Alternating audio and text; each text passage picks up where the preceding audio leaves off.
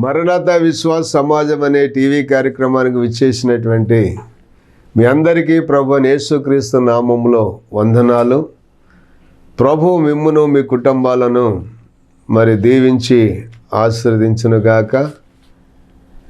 ఈరోజు దేవుని యొక్క సన్నిధిలో మనం ధ్యానిస్తున్నటువంటి వాక్యంలో నుంచి దేవుడు మీతో మాట్లాడుతుండగా మీరు వాక్యాన్ని విని విశ్వసించి ప్రభు సన్నిధిలో దీవెనలు పొందాలని మాటలు మీకు అందిస్తూ ఉన్నాము.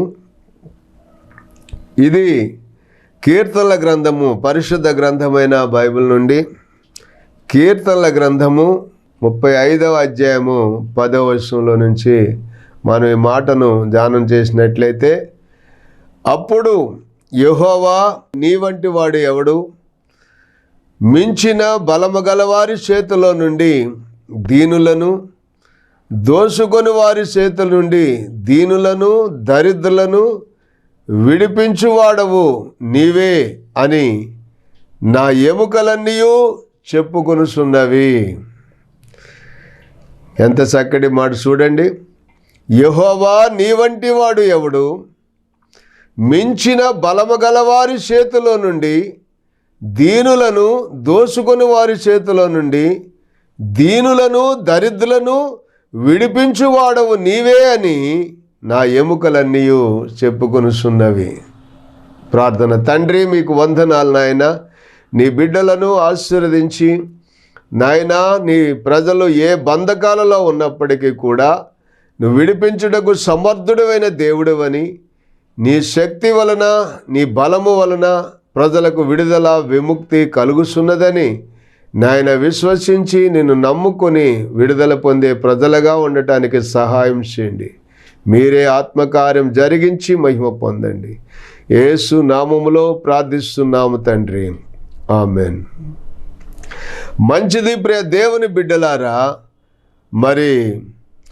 అక్కడ భక్తుడు చెప్తున్నటువంటి మాట, దావీదు తన కీర్తనలో రాస్తుంటూ ఈ మాటను చెబుతూ, మించిన బలము గల వారి చేతిలో నుండి, అంటే ఆ వ్యక్తికి మించిన బలం, తనకున్నటువంటి ఆస్తిపాస్తుల కంటే మించినటువంటి బలము గల వారి చేతిలో నుండి దీనులను, దోసుకునే వారి చేతిలో నుండి దీనులను దరిద్రులను విడిపించువాడవు నీవే అని నా ఎముకలన్నీ చెప్పుకొనుచు నిన్ను స్తుతిస్తున్నాయి దేవా అని దావీదు ప్రార్థన చేస్తూ ఉన్నాడు. ఎందుకంటే ఈ రోజున మనం గమనించినట్లయితే, ఎవరికి బలం ఉంటే, ఎవరికి అంగబలం, ఆస్తి బలం, కండబలం, ఇలాంటి బలాలు ఉన్నప్పుడు వారే ఆ బలహీనులైనటువంటి వారిని చాలా లోబరుచుకొని వారిని బాధ పెడుతున్నటువంటి సందర్భాలు ఈ లోకంలో మనం అనేక మంది జీవితాల్లో మనం చూస్తూ ఉన్నాం. అటువంటి వారు, బలహీనులైనటువంటి వారు ఎలా విడుదల పొందాలి అంటే, బలహీనులైనటువంటి వాళ్ళు బలవంతుడైనటువంటి దేవుని చెంతకు చేరినప్పుడు, ఆయన సన్నిధిలో ప్రార్థించినప్పుడు దేవుడు వారిని విడిపించి, విమోచించి తన సన్నిధిలో తన బలాన్ని ఇచ్చి బలపరిచే దేవుడుగా ఉన్నాడు అని చెప్పి మనం లేఖనం ద్వారా తెలియజేస్తున్నారు దేవుడు. చూడండి, యెషయా గ్రంథము 49వ అధ్యాయంలో 24వ వచనం మనం గమనించినట్లయితే, అక్కడ ఏముందంటే, బలార్జుని చేతిలో నుండి కొల్ల సొమ్ము ఎవడు తీసుకొనగలడు? భీకరులు చెరపట్టిన వారు విడిపింపబడుదురా? యెహోవా ఇలాగు సెలవిచ్చుచున్నాడు, బలార్జులు చెరపట్టిన వారు సహితము విడిపించబడుదురు, భీకరులు చెరపట్టిన వారు విడిపింపబడుదురు. నీతో యుద్ధము చేయు వారితో నేనే యుద్ధము చేసేదను, నీ పిల్లలను నేనే రక్షించేదను అన్నాడు. దేవునికి స్తోత్రం. ఎంత గొప్ప మాట చూశారండి. బలార్జుని చేతిలో నుండి కొల్ల సొమ్ము ఎవడు తీసుకొనగలడు? భీకరులు చెరపట్టిన వారు విడిపించబడతారా? యెహోవా ఇలాగూ సెలవిచ్చుచున్నాడు, బలాఢ్యులు చెరపట్టిన వారు సహితము విడిపించబడతారు. భీకరులు చెరపట్టిన వారినైనా విడిపించబడతారు. ఎందుకంటే నీతో యుద్ధము చేయవారితో నేనే యుద్ధము చేసేదను, నీ పిల్లలను నేనే రక్షించేదనని, యెహోవానైన నేనే నీ రక్షకుడునని, యాకోబు బలవంతుడు నీ విమోచకుడనియు మనుషులందరూ ఎరుగునట్లుగా నేను చేస్తానన్నాడు దేవుడు. దేవునికి స్తోత్రం. చూశారండి, ఈ మాటను మనం గమనించినప్పుడు పూర్వము మరి ఐగుప్తు దేశములో బలాఢ్యుడు ఎవరు అంటే ఫరో లాంటి బలాఢ్యుల చేతిలో బందీలైపోయినటువంటి ఇశ్రాయేలు ప్రజలను మరి దేవదేవుడే తన సేవకుడైనటువంటి మోషే, ఆ యాజకుడైనటువంటి అహరోనును పంపించి ఆ బలాఢ్యుల చేతిలో నుండి తన ప్రజలైనటువంటి ఇశ్రాయేలీలను విడిపించలేదండి? ఆ ప్రజలను విమోచించలేదా? ఆ ప్రజలను మరి పాలుతేళ్లు ప్రవహించు దేశానికి మరి తీసుకుని రాలేదా? మరి ఆ విధంగా మనం గమనిస్తే భీకరులు చెరపట్టినటువంటి వారు మరి వారందరినీ కూడా బలాఢ్యుల చేతిలో నుండి మరి తనకంటే బలమైనటువంటి వారి చేతిలో నుండి దేవుడే తన ప్రజలను విడిపించి ఎలాగైతే పాలుతేళ్లు ప్రవహించే దేశానికి తీసుకుని వచ్చి వారిని అక్కడ తనకొక జనముగా చేసుకున్నాడో, అలాగున దేవుడు తనకు నమ్మిన వారిని, నమ్మినటువంటి వారిని, తన ప్రజలను ఎక్కడున్నా, ఏ బంధకాల్లో ఉన్నా, ఏ బానిసత్వంలో ఉన్నా, ఏ అప్పుల ఊబిలో ఉన్నా, ఏ చెరలో ఉన్నా, ఏ విధమైనటువంటి కోర్టు సమస్యల్లో ఉన్నప్పటికీ కూడా దేవదేవుడు విడిపించి రక్షించి మేలు చేసి తన సన్నిధిలో నిలబెట్టుకోవటానికి ఆయన సమర్థుడైనటువంటి దేవుడై ఉన్నాడు అని చెప్పి మనం చూస్తూ ఉన్నాం. మరి ఈ మాటను గూర్చి యెషయా గ్రంథము 14వ అధ్యాయము 1 నుంచి కొన్ని వచనాలు మనం చదివినట్లయితే అక్కడ ఏమనుందో చూద్దాం. చూడండి, యెషయా గ్రంథము 14వ అధ్యాయము 1 నుంచి మనం చదివినట్లయితే, ఏలయనగా యెహోవా యాకోబునందు జాలిపడును, ఇంకను ఇశ్రాయేలును ఏర్పరచుకొనును, వారిని స్వదేశములో నివసింపజేయును, పరదేశులు వారిని కలుసుకొందురు, వారు యాకోబు కుటుంబమును హత్తుకొని ఉందురు. దేవునికి స్తోత్రం. ఆ ప్రజలను దేవుడు విడిపిస్తే ఆ ప్రజలతో దేవుడు మరి సమాధానకరంగా ఉంటే అనేక మంది ప్రజలు వచ్చి వారిని కలుసుకుంటారు అని ఈ లేఖనంలో దేవుడు మనకు తెలియజేస్తూ ఉన్నాడు. జనములు వారిని తీసుకుని వచ్చి వారి స్వదేశమును వారిని ప్రవేశపెట్టుదురు. ఇశ్రాయేలు వంశస్థులు యెహోవా దేశములో వారిని దాసులుగాను పనికత్తులుగాను స్వాధీనపరుచుకొందురు. ఇశ్రాయేలు వంశస్థులు యెహోవా దేశములో వారిని దాసులుగాను పనికత్తెలుగాను స్వాధీనపరుచుకొందురు. వారు తమ్మును చెరలో పెట్టిన వారిని చెరలో పెట్టి తమ్మును బాధించిన వారిని ఏలుదురు అన్నాడు. దేవునికి స్తోత్రం.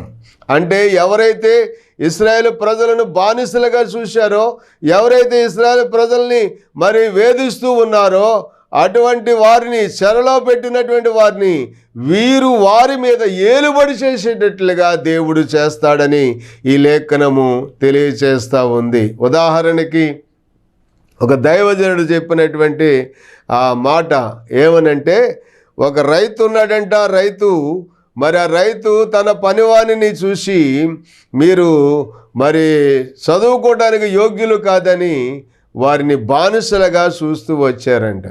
తరువాత కాలంలో మరి వారిని దేవుడు దీవిస్తే వారు గొప్పవారై మరి తరువాత ఆ రైతు మరి ఏ విధంగా బానిసలుగా చూశాడో వారిని, వారి యొక్క పొలములోనే పనిచేస్తూ వారికి ఉన్నటువంటి ఆస్తినంతా కూడా మరలా తిరిగి వీరికి చెందేటట్టుగా దేవుడు చేశాడని ఆ లేఖనాల ద్వారా మరి ఆ దైవజనుడు చెప్పిన మాటను బట్టి మనకు అర్థమవుతూ ఉంది.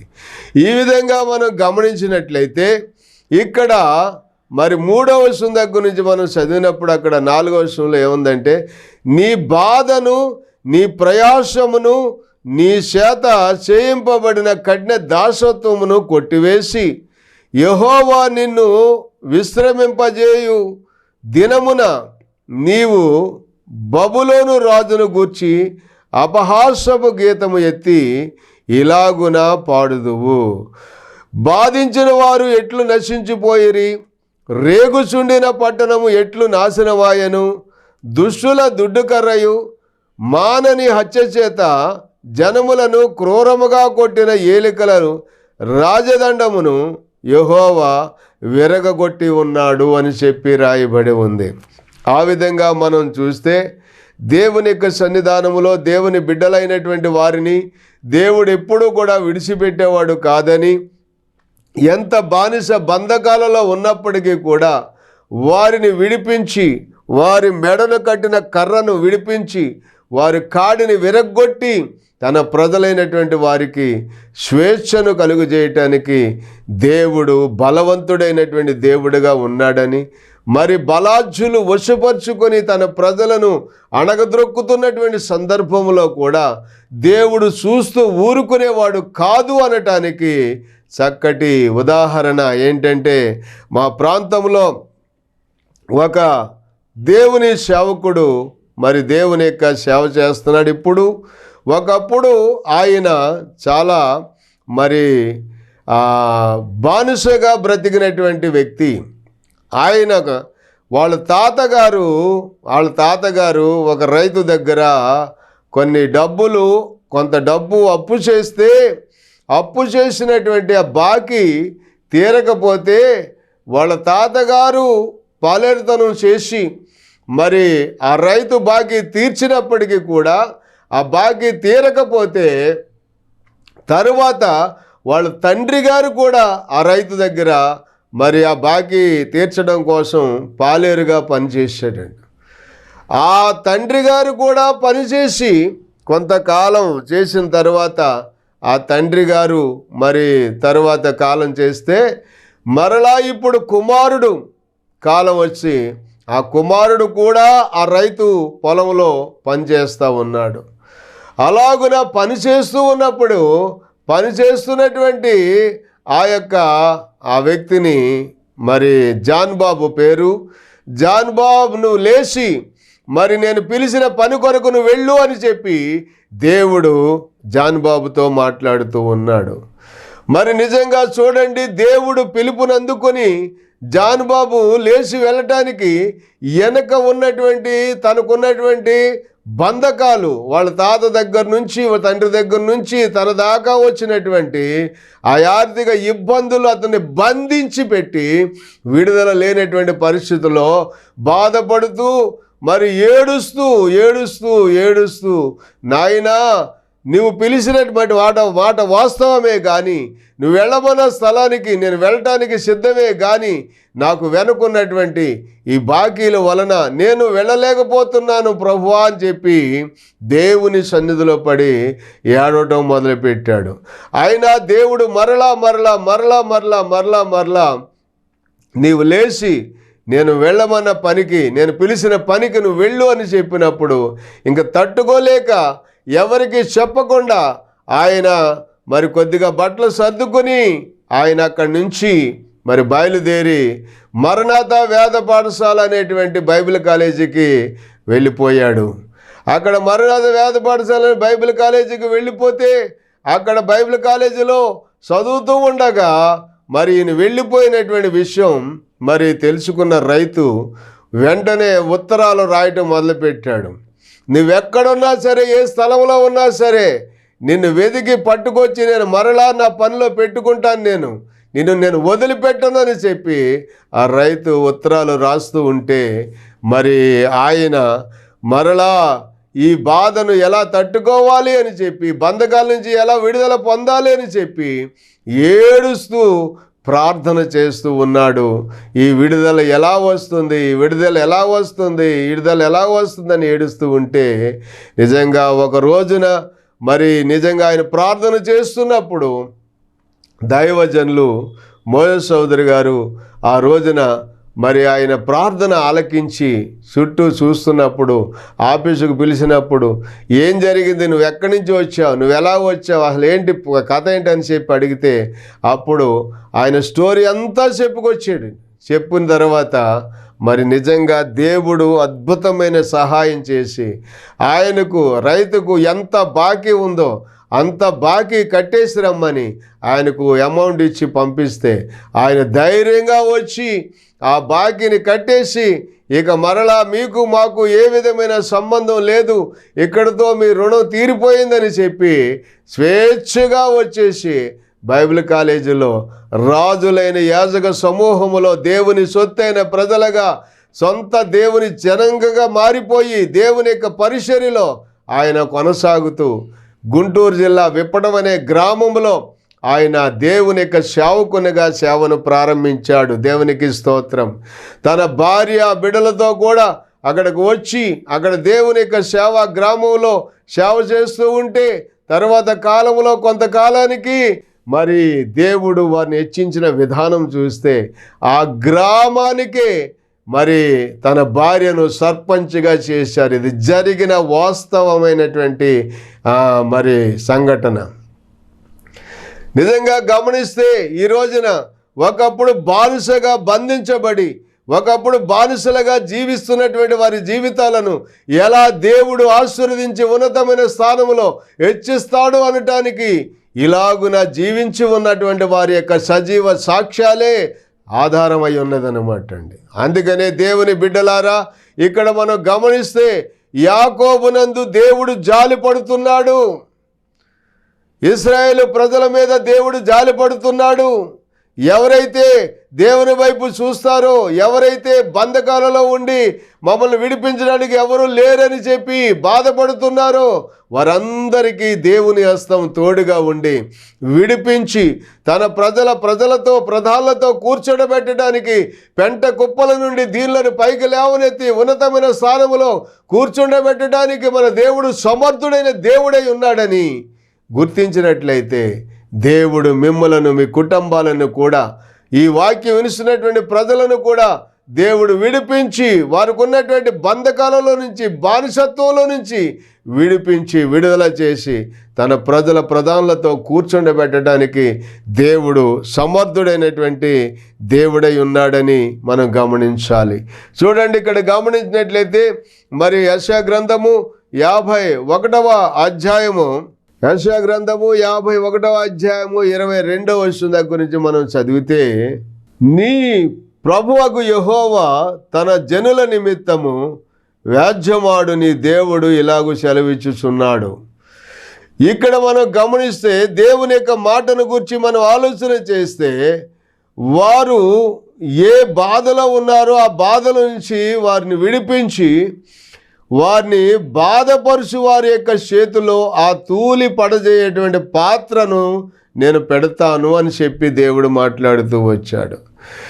నీ జనులు, తన జనుల నిమిత్తమై ఈ విధంగా దేవుడు ఆ కార్యము చేస్తానని చెబుతూ వచ్చాడు.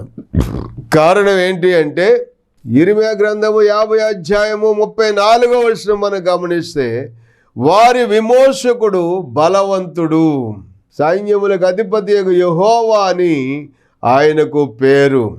వారి విమోచకుడు బలవంతుడు, సైన్యములకు అధిపతి యెహోవా అని ఆయనకు పేరు. అందుకనే దేవుని యొక్క సన్నిధానములో జీవిస్తున్నటువంటి మనము, మన బంధకాల మధ్యలో మనం బానిసలుగా బ్రతుకుతున్నప్పటికీ మనల్ని విడిపించి విమోచించడానికే యేసుక్రీస్తు ప్రభు ఈ లోకానికి మానవుడిగా వచ్చాడు. మన వంటి వాడిగా జీవించాడు. పాదసారి అయి సంచరిస్తున్నటువంటి సందర్భంలో అనేక మంది బంధకాలను ఆయన విడిపించాడు. చెరలో ఉన్న వారిని విడిపించాడు, బానిసలను విడిపించాడు, పాపములో మ్రగ్గిపోతున్న వారిని విడిపించాడు. వారందరినీ కూడా పరలోక రాజ్యానికి వారసులుగా ఆయన సిద్ధం చేసి ఉంచాడు.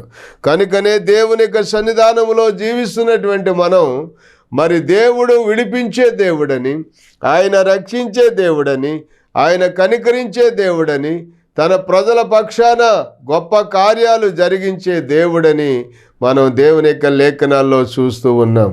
వారి విమోచకుడు బలవంతుడు, సైన్యములకు అధిపతియగు యెహోవా అని ఆయనకు పేరు అని లేఖనం చదివిస్తూ ఉంది.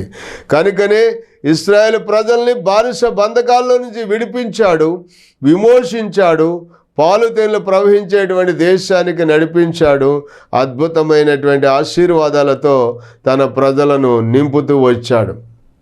కృత నిబంధన గ్రంథంలో కూడా మనం చూసినట్లయితే మరి పేతురుని పట్టుకుని హేరోదు రాజు బంధకాలలో బంధించి చెరలో వేయించి తెల్లవారితే అతన్ని చంపాలని మరి ఆలోచన చేస్తున్నటువంటి సమయంలో మరి దేవుడు నిజంగా అద్భుతమైన కార్యం చేశాడు. ఆ ప్రజలందరూ కూడా మరి నిజంగా ఎంతో ప్రార్థన చేస్తూ వచ్చారంట. మరి ఆ మాటను గురించి మనం చదివితే అపోస్తల కార్యము 12 మనం చదివినప్పుడు పేతురు చెరసాలలో ఉంచబడెను, సంఘమైతే అత్యాశక్తితో దేవునికి ప్రార్థన చేయుచుండెను. హేరోదు అతనిని వెలుపలికి తీసుకుని రావాలని ఉండగా ఆ రాత్రియే పేతురు 2 సంకెళ్లతో బంధించబడి 2 సైనికుల మధ్యన నిద్రించుచుండెను. మరియు కావలి వారు తలుపు ఎదుట చెరసాల కాసుకొని ఉండిరి. ఇదిగో ప్రభుదూత అతని దగ్గరే నిలిచెను. అతడుండిన గదిలో వెలుగు ప్రకాశించెను. దూత పేతురు ప్రక్కన తట్టి మరి త్వరగా లెమ్మని చెప్పి అతన్ని లేపగా సంకెళ్ళు అతని చేతుల నుండి ఊడిపడెను అనే మాటను మనం చూస్తున్నాం. చూశారండి ఇక్కడ మరి పేతురు చెరసాలలో వేయబడ్డాడు. అక్కడ 4 చతుష్టయముల సైనికులు మరి కాపలాదారులుగా ఉన్నారు. బయట నుంచి లోపలికి వెళ్ళాలంటే, వెలుపల నుంచి లోపల నుంచి బయటకు రావాలంటే వారిని దాటుకుని రావాలి, వారిని దాటుకుని వెళ్ళాలి.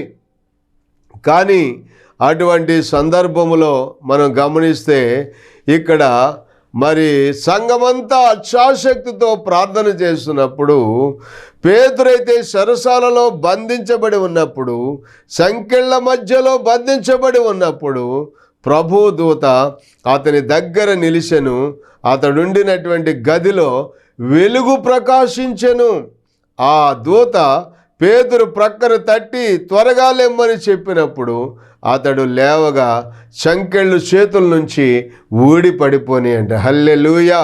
చూడండి, గమనించండి దేవుని బిడ్డలారా, మరి సంకెళ్ళు చేతుల నుంచి ఊడి పడిపోయినప్పుడు ఆ దూత నువ్వు లేచి నడుము కట్టుకొని చెప్పులు తొడుక్కోమని చెప్పినప్పుడు అతడు అలాగున చేసి, తరువాత దూత నీ వస్త్రము పై వస్త్రము వేసుకొని నా వెంబడి రమ్మని అతనితో చెప్పినప్పుడు అతడు వెలుపలికి వచ్చి దూత వెంబడి వెళ్ళి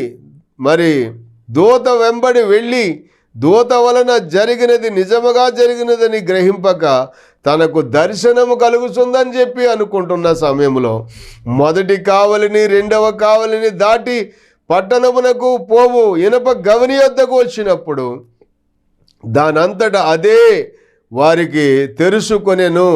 వారు బయలుదేరి ఒక వీధి దాటి వచ్చిన వెంటనే దూత అతన్ని విడిచిపోయాను. దేవునికి స్తోత్రం.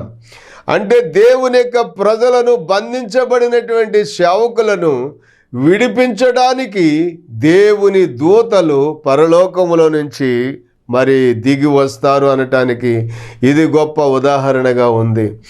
చెరసాలలో బంధించబడినటువంటి పేతురుని విడిపించి విమోచించి మరి బయటకు వెళుతున్నటువంటి సందర్భములో మరి అక్కడ మనం గమనిస్తే చూడండి, మొదటి కావలి 2వ కావలిని దాటి పట్టణమునకు పోవు ఇనప గవని వద్దకు వచ్చినప్పుడు దానంతటా అదే వారికి తెలుసుకొనెను. చూసారా, దానంతటా అదే వారికి తెలుసుకొనిననే మాటను మనం చూస్తున్నాం. అంటే దేవుడు ఒక వ్యక్తికి తోడుగా ఉంటే ఆయన చేస్తున్నటువంటి పరిచర్య దేవునికి ఇష్టమైనటువంటి కార్యము గనుక, అది దేవునికి ఇష్టమైన కార్యము గనుక మరి మూయబడినటువంటి ద్వారాలు వాటంతట అవే తెరుచుకుంటాయి.